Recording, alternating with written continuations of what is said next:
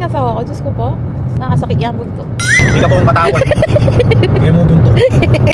Kamusta, families? Bagong araw, bagong ganap. Sa video na to, samahan nyo kami sa isang road trip papuntang San Antonio, Texas. Almost 4-hour drive ito from where we live. Buckle up! Santing na! Nakabusi yan mo. Wow. Ay, ano niya, no? Ang lakad niya. Ay, ito yun ah. Yung ang white ng kuha niya. Kasi nandun ba?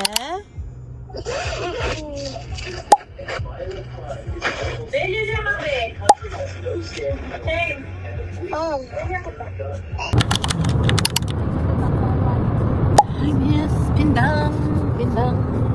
Kaya kami pupunta ng San Antonio dahil manonood kami ng concert ng Air Mahilig kasi kami ni Hobby sa mga lumang kanta. Ewan ko ba? Iba kasi talaga ang dating ng mga lyrics. Opinion ko lang naman. Ito pala ang Border Patrol checkpoint kung saan officers will ask for an ID for verification. Yung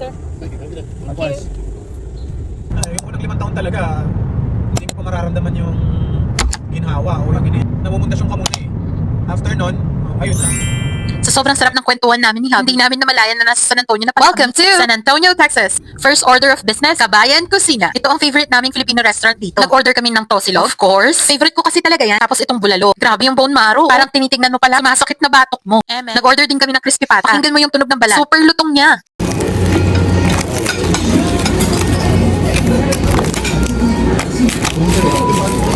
At syempre, for dessert, ang kanilang famous halo-halo. Alam mo yung bawat subo ko dito, it reminds me of summer sa atin. Ang saya kasi ng summer sa Pilipinas, sa totoo lang. Outing dito, outing doon, get together dito, get together doon. Dito kasi, Diyos ko day, sobrang init. Kaya mapapastay ka na lang sa bahay. Labi, may pakasikan.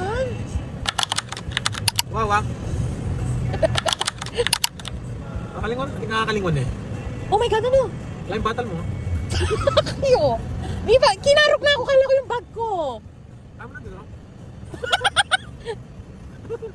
Missing in action. Next. Chad Kinis. On? Visit.